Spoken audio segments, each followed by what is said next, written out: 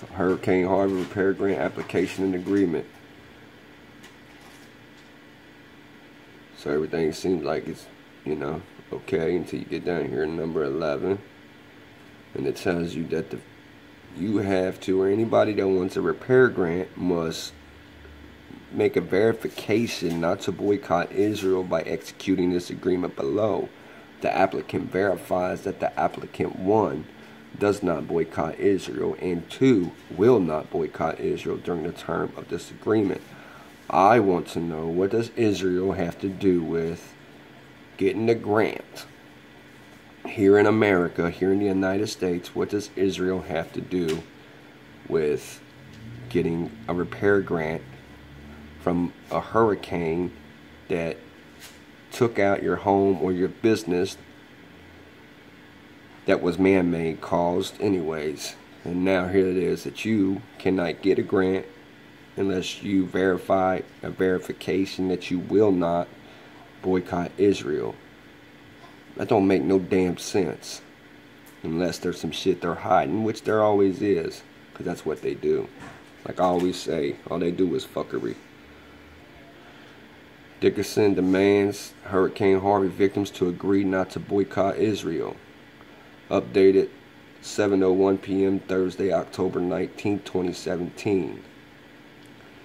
The ACLU is calling the city of Dickinson's hurricane repair grant application unconstitutional because it asks applicants not to boycott Israel, according to a news release from the civil rights and nonprofit.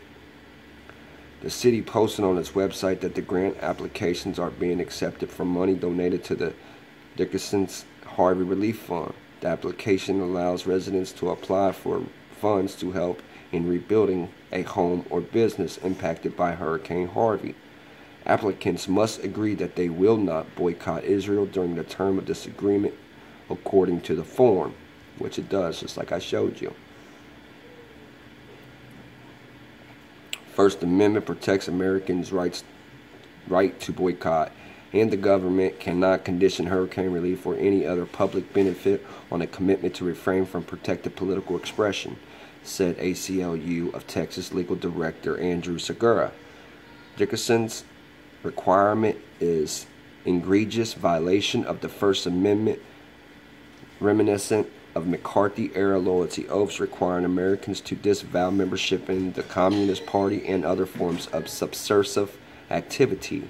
This comes after Governor Greg Abbott passed House Bill 89 in May, known as anti-boycott, divestments, and sanctions, which prohibit state agencies from contracting with and investing in certain public funds into companies that boycott Israel.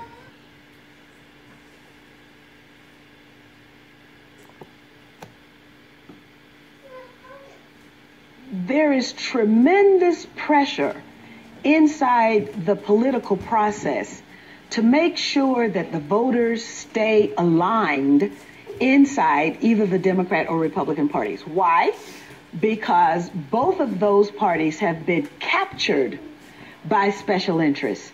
And those special interests are, quite frankly, the antithesis of the interests of the people.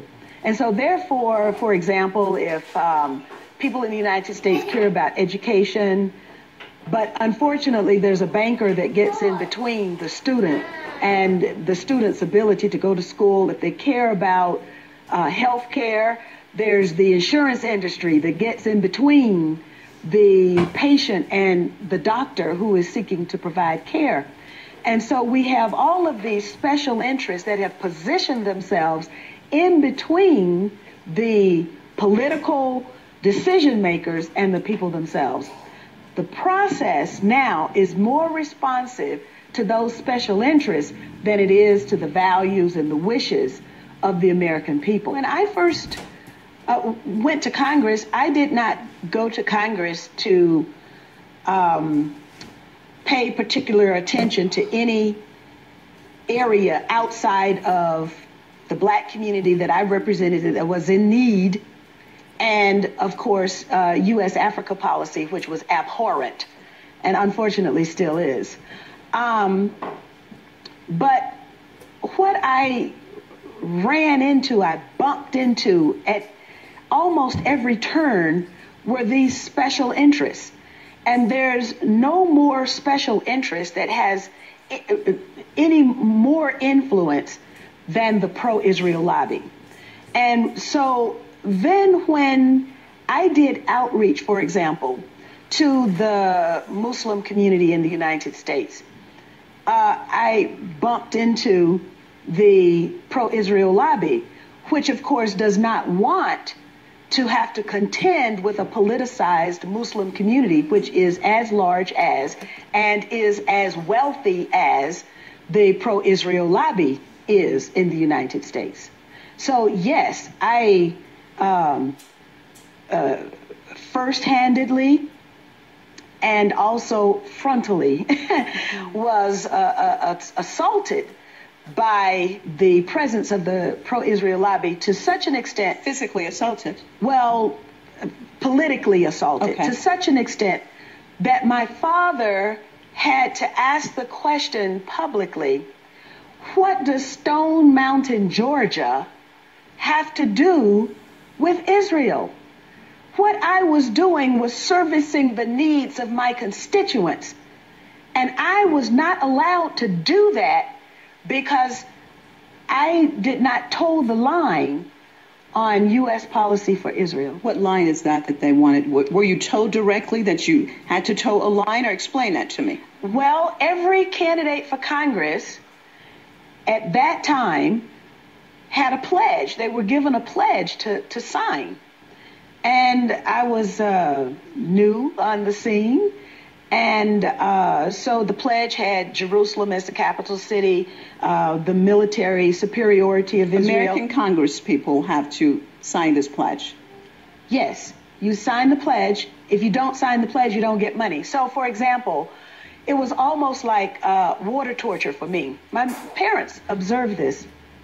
I would get a call, and the person on the other end of the phone would say, I want to do a fundraiser for you.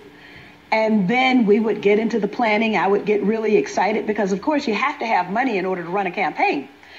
And then 2 weeks, 3 weeks into the planning, they would say, did you sign the pledge? And then I would say, no, I didn't sign the pledge. And then my fundraiser would go kaput.